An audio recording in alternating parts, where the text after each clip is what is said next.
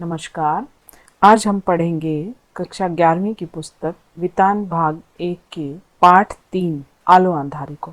आलो Andhari baby हॉलदार द्वारा रचित है और आलो अंधारी का अर्थ है अंधेरे से प्रकाश की ओर। इस पाठ की लेखिका बेबी हॉलदार के बारे में कुछ जानकारी हासिल करते हैं। लेखिका बेबी हॉलदार का जन्म कश्मीर के किसी एक स्थान पर हुआ था और उनके पिता वो सेना में नौकरी करते थे और उनके पिता और जो उनकी माँ थी उनकी आपस में हमेशा अनबन रहती थी और माँ जो है एक दिन घर छोड़कर चली गई और फिर कभी वापस नहीं आई। इनका जन्म 1974 में हुआ था और परिवार हमेशा आर्थिक तंगी से जूझता रहता था। इसी कारण इनके पिता ने इनका विवाह 12-13 वर्ष की आयु में ही कर दिया था। इनका विवाह इनसे दोगुनी उम्र के व्यक्ति से किया गया था, परंतु वहाँ पति के साथ इनका हमेशा लड़ाई झगड़ा रहता। पति इन्हें हमेशा पीटता, तो उनके अन्याय और अत्याचार से तंग आकर इन्होंने भी अपने 3 बच्चों के साथ घर छोड़ दिया और ये दुर्गापुर आ गई थी। इस पाठ में लेखिका ने अपने जीवन की संघर्ष भरी कहानी को प्रस्तुत किया है। ये एक आत्मकथा है और बेबी हॉलदार एक जो घरेलू कामगार हैं जिन्होंने आजीवन गरीबी, हिंसा व अन्य कठिनाइयों का सामना करते हुए बहुत संघर्ष के साथ अपना जीवन जिया और अंधेरे से उजाले को खींचकर अपने जीवन को खुशहाल बनाया और एक लेखिका के तौर पर अपनी पहचान बनाई। आलो अंधारी मुख्य रूप से बंगाली भाषा में लिखी गई है। बाजार में ये पुस्तक हिंदी में पहले ही आ गई थी और इसका अनुवाद प्रबोध कुमार जी ने किया था। इसमें लेखिका ने अपने पति को छोड़कर किस तरह से कठिनाइयों में अपना जीवन जिया, वह सब इस रचना में उन्होंने लिखा है। लेखिका अपने पति से अलग किराए के मकान में अपने छोटे 3 बच्चों के साथ रहने लग गई थी और अब उसके सामने सबसे बड़ी समस्या थी कि अपने बच्चों का पालन पोषण कैसे करे। इसलिए उसने आसपास के सभी जो लोग थे उनको अपने काम ढूंढने की बात कही थी। वो दिन में काम ढूंढने के लिए निकलती और जब शाम को घर वापस आती तो आस पड़ोस की जो औरतें हैं इनके काम के बारे में पूछती रहती थी। लेखिका की पहचान एक सुनील नामक युवक से थी। सुनील को भी लेखिका ने अपने लिए मकान ढूंढने की बात कही थी और उसी ने लेखिका की मदद की। एक दिन सुनील ने उसे किसी मकान मालिक से मिलवाया। मकान मालिक ने 800 रुपए में बेबी से बात की। उससे पहले भी उस घर में एक नौकरानी काम करती थी, लेकिन उस मकान के मालिक ने उसे साफ साफ कहकर उसे हटा दिया था और जब वह बाहर निकली तो उसने लेखिका को भला बुरा कहा। लेखिका ने उसे कहा भी कि मैं इस घर में काम नहीं करती, तुम जाकर कह दो, लेकिन वह जो औरत थी वो बड़बड़ाती हुई चली गई और उस दिन से जो लेखिका है रोज सवेरे आती और दोपहर तक सारा काम खत्म करके चली जाती थी। घर जाकर अपने बच्चों की देखभाल करती, लेकिन लेखिका को अपने बच्चों की हमेशा चिंता सताती रहती थी और साथ ही वह जिस मकान में रहती थी उसका किराया भी अधिक था और सुविधाएं ना के बराबर थी तथा जब वो यहाँ अकेली रहती थी तो यहाँ आसपास के लोग उसे बहुत परेशान करते थे। कई बार तो घर में आकर उससे छेड़खानी करने लग जाते। इस तरह से बेबी हॉलदार को हमेशा जो है एक नए घर की तलाश रहती कि किसी तरह से उसे कोई ऐसा मकान मिले जिसमें वह चैन से रह सके।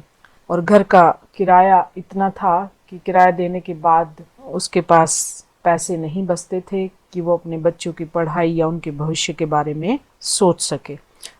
जिस मकान में बेबी काम करती थी वो मकान मालिक बड़े ही सज्जन थे। उन्होंने लेखिका से पूछा कि तुम अपने घर वापस जाकर क्या करती हो, तो लेखिका को बड़ा आश्चर्य हुआ, क्योंकि मुख्यतः घरेलू नौकरों से कोई अधिक बात नहीं करता, लेकिन उनकी सज्जनता पर उसे बड़ी मन में खुशी हुई और मकान मालिक के कहने पर ही बेबी उन्हें तातुश कहकर पुकारने लगी। तातुश का अर्थ बांग्ला में पिता होता है।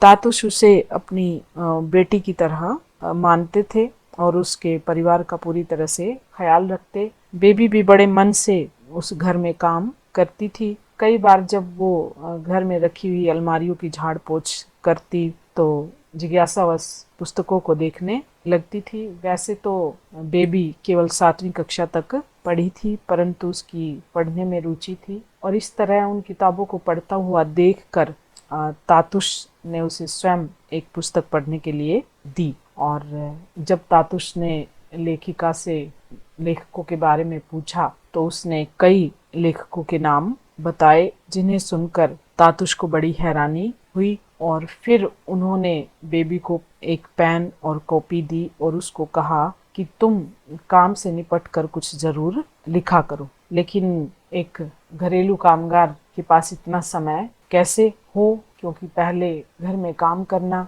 फिर जाकर घर पर बच्चों को संभालना।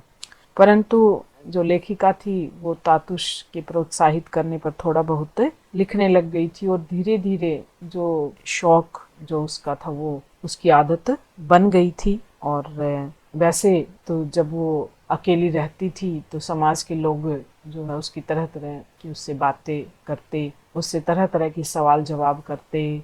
अकेली कहाँ जाती है, इतनी अकेली, मतलब अकेली होकर इतनी रात क्या पढ़ती रहती हो, इस तरह के प्रश्न उसके मन को काफ़ी दुखी करते थे। और जिस मकान में वो रहती थी उसमें कोई खास सुविधा न होने के कारण हमेशा वो एक नए मकान की तलाश में रहती थी। एक दिन की बात है जब जो बेबी है वो तातुश के घर काम करके वापस आई तो उसने देखा कि उसका सारा सामान बाहर बिखरा पड़ा है, बच्चे बाहर बैठे हुए रो रहे हैं और चूंकि जो बेबी थी वो अकेली थी, बच्चे छोटे थे, मदद करने वाला कोई नहीं था। यहाँ तक कि उसके सगे भाई भी उसी शहर में रहते थे, लेकिन उन्होंने भी क्या है उसकी कोई मदद नहीं की। और फिर जो बेबी है उसने सारी रात वहाँ बिताई अकेले रहकर। तातुश को जब यह पता चला तो उसने अपने घर में बेबी को एक कमरा दे दिया और बेबी जो है तातुश के घर रहने लग गई। अब बेबी के जीवन में थोड़ी बहुत जो है खुशी और सुख आ गया। वह अपने बच्चों की भी पूरी देखभाल करती, वहीं पर रहती, काम करती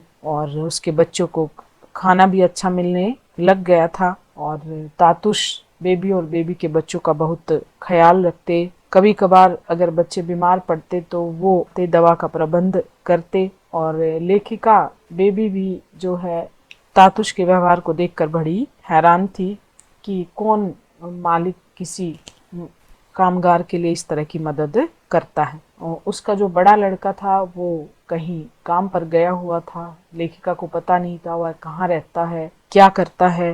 मकान मालिक यानी तातुश ने उसके बड़े बेटे को ढूंढा और उससे मिलवाया। इस तरह से जो लेखिका है तातुश का आशीर्वाद पाकर, उनका प्रोत्साहन पाकर खुश हुई और सोचने लगी कि अवश्य ही तातुश से उसका पिछले जन्म का कोई संबंध रहा होगा। तातुश उसे लिखने के लिए हमेशा प्रेरित करते रहते थे और साथ ही साथ बेबी जो भी लिखती थी अपने मित्रों के साथ उसे शेयर करते थे, उसके साथ उनकी बेबी की कहानी जो है भेजते। और तातुश के मित्रों को भी बेबी का लेखन बहुत पसंद आया था, इसलिए वे भी समय समय पर बेबी को प्रोत्साहित करते रहते थे।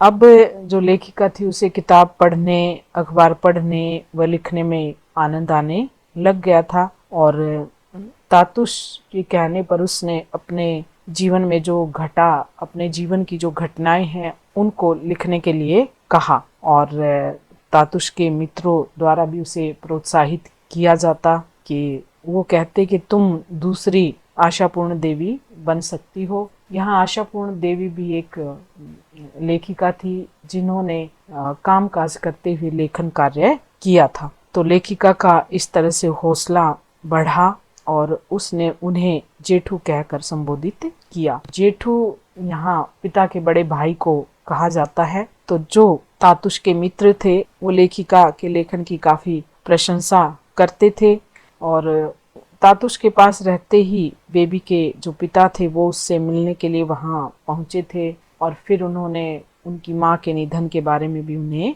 बताया। वैसे तो लेखिका के भाइयों को भी माँ की मृत्यु का पता था, परंतु उन्होंने लेखिका को नहीं बताया और लेखिका माँ की मृत्यु की खबर सुनकर रोई, उसे बहुत दुख आया, परंतु बाबा ने बच्चों से माँ का ख्याल रखने के लिए उसे समझाया कि अपने बच्चों का ख्याल रखो। अब जो लेखिका है वो पत्रों के माध्यम से कोलकाता और दिल्ली के मित्रों से संपर्क भी रखने लग गई। उसे हैरानी थी कि लोग उसके लेखन को पसंद करते हैं और लेखिका सोचती थी कि अगर तातुश नहीं मिलते तो उसके जीवन को कौन सी दिशा और दशा मिलती, कि उसके जीवन को एक दिशा किस प्रकार मिल पाती। इस तरह से हम देखते हैं कि कहाँ लेखिका का जो सफर था वो गरीबी, अभाव और कठिनाइयों में बीता, लेकिन तातुश की शरण में आकर उसका जीवन पूर्णतः बदल गया। तातुश ने उसके बड़े लड़के को भी काम पर लगा दिया। दोनों छोटे बच्चे जो हैं वे स्कूल जाने लगे और जो बेबी थी वो स्वयं एक लेखिका बन गई थी। पहले वह सोचती थी कि अपनों से बिछड़कर वह किस प्रकार जी पाएगी, परंतु अब उसने जीना सीख लिया था और वहां रहते हुए वह तातुश से शब्दों के अर्थ भी पूछती। उसे कहीं कोई कठिनाई आ जाती तो वह तातुश की मदद लेती थी। अंत में वह दिन भी आ गया जब लेखिका की उसको लेखन कला को पत्रिका में जगह मिली।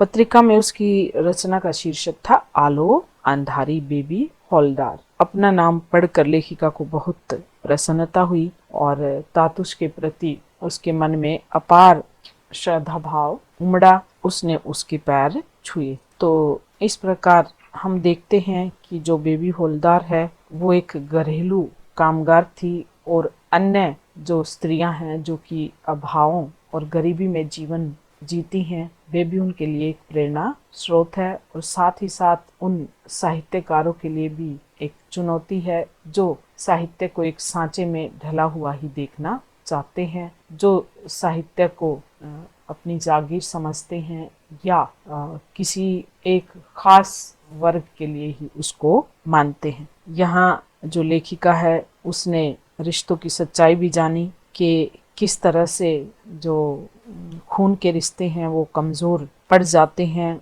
और किस प्रकार जो तातुश जैसे लोग हैं वे जीवन में कितना अहम योगदान देते हैं।